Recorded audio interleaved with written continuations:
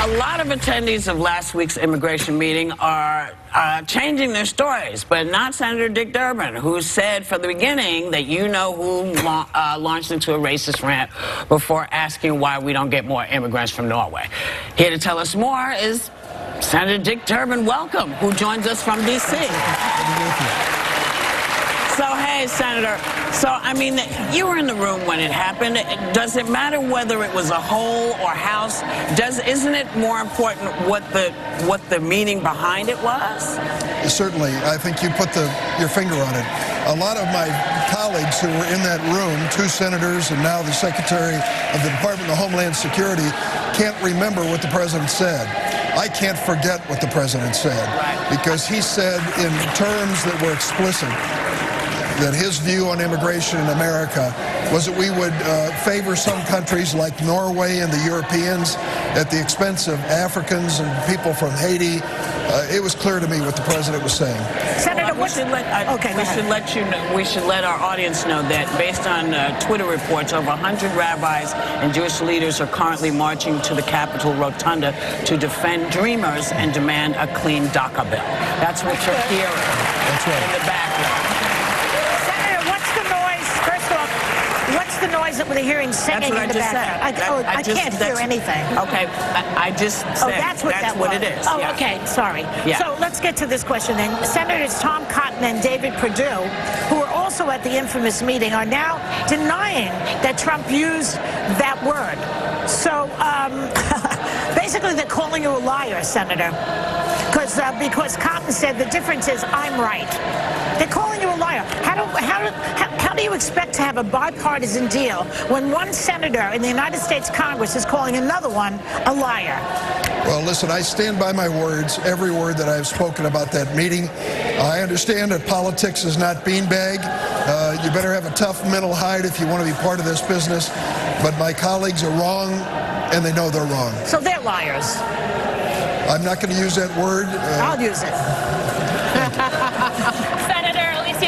Here, full disclosure, my father is part of the Gang of Six with you working on this immigration proposal. Senator Cotton has also questioned your timing, why you didn't speak up immediately in the meeting. How do you want to respond to him?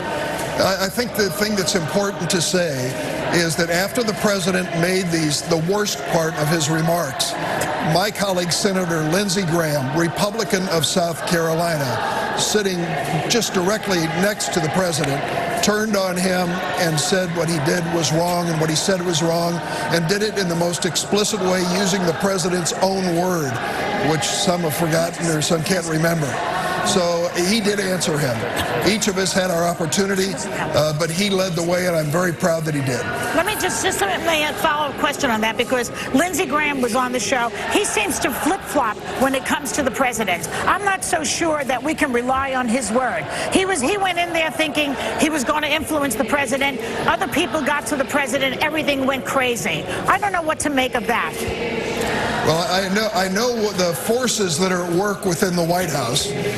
General Kelly, Stephen Miller, they don't embrace this effort to find a bipartisan compromise. But I hope that Lindsey Graham can get through to the president. If you remember Tuesday of last week, I was sitting next to the president at a big kumbaya meeting of 26 people. Yeah. It was Thursday that everything went wrong.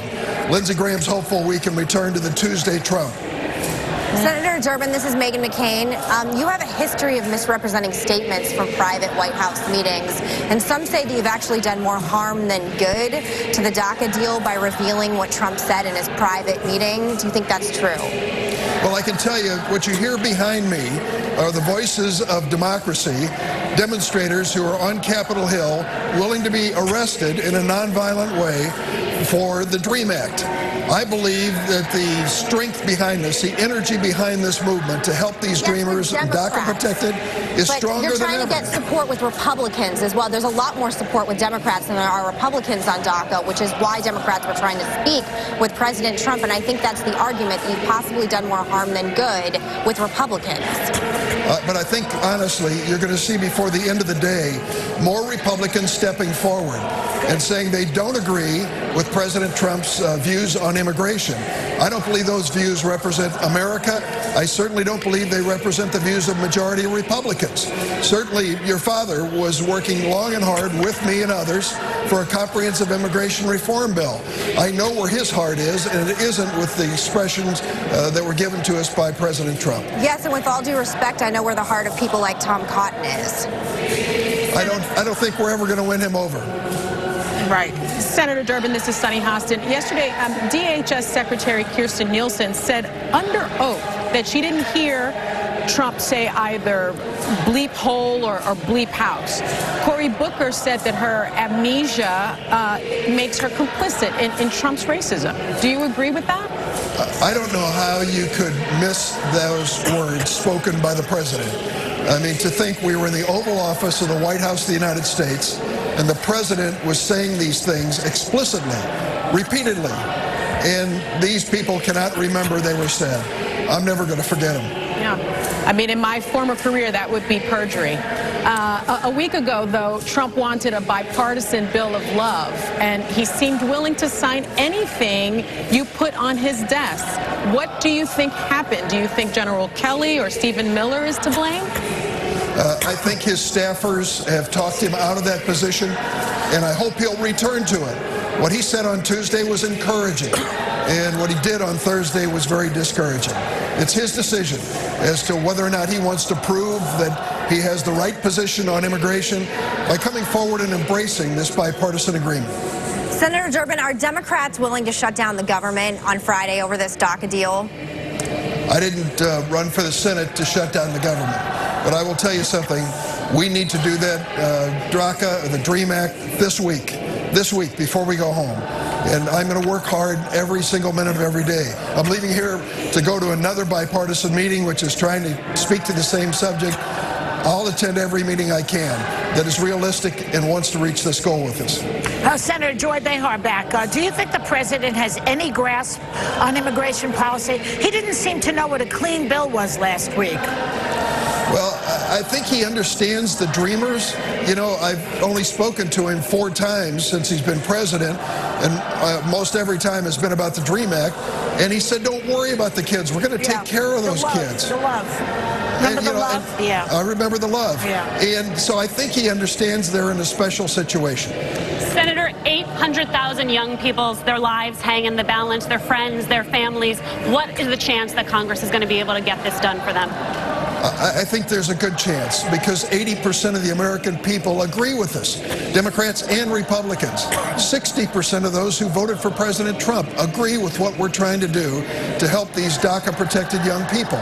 So if we can get that kind of sentiment on an issue in America, I'm hopeful. Well, Senator, I'm hopeful that whatever happens with DACA, we can take a look at how things are done, because we just had a father of 4 deported. He'd been here 30 years, and they tore him from his children and his wife and sent him to Mexico, someplace he has not lived in 30 years. So I hope that we can find a better way to do all of this, because it seems kind of willy-nilly to me, but that's just me. No, it's not just you. Today it's DACA and the Dreamers.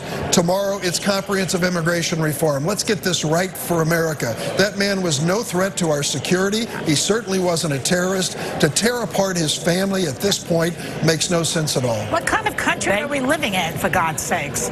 Well, we're about to find out. We're about to find out. Thank you, Senator Dick Durbin.